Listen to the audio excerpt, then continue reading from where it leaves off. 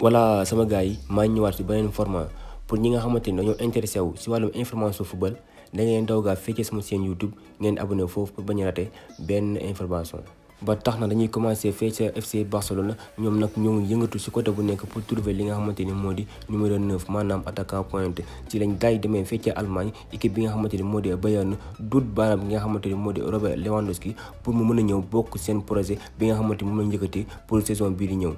kii di Lewandowski moom nag nee na tempsam dafa jeexee ca championnat Allemagne ba tax na dafa bëgg a changer club Barça nag nee na pare na pour offrir ko 4 ans de contrat. te nee nañ aussi signé ki nga xamante ne moo di Lewandowski mu gën a yomb ka signé kii di Erling Haaland ndax kooku li muy laaj dafa bëri trop te club bi temps yi dafa nekk ci ay difficultés financières mais taxul mu bàyyi kii di Erling Haaland ba tey nag mu koy topp nee na lu mu ci am dina jël.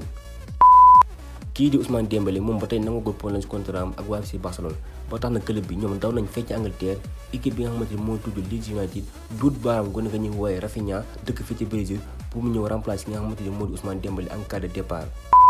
Paulo Dybala nekk fii ci Juventus moom nag ba léegi nangagul prolongé contrat am ak waa Juventus ba tax na comme que Barça dañoo intéressé wu si joueur bi ñoo ngi toog xool di déglu situation bi nu mu fay demee en cas d'échec de non prolongation Barça dañ def seen kamtalaay kattan pour andi ki nga xamante ni moo di Paulo Dybala au FC Barcelone. voilà mbokk yi maa ngi leen jaajëfal bu baax bu leen fàttee aimé ngeen abonné aussi pour ngeen am sama vidéo yëpp incha allah.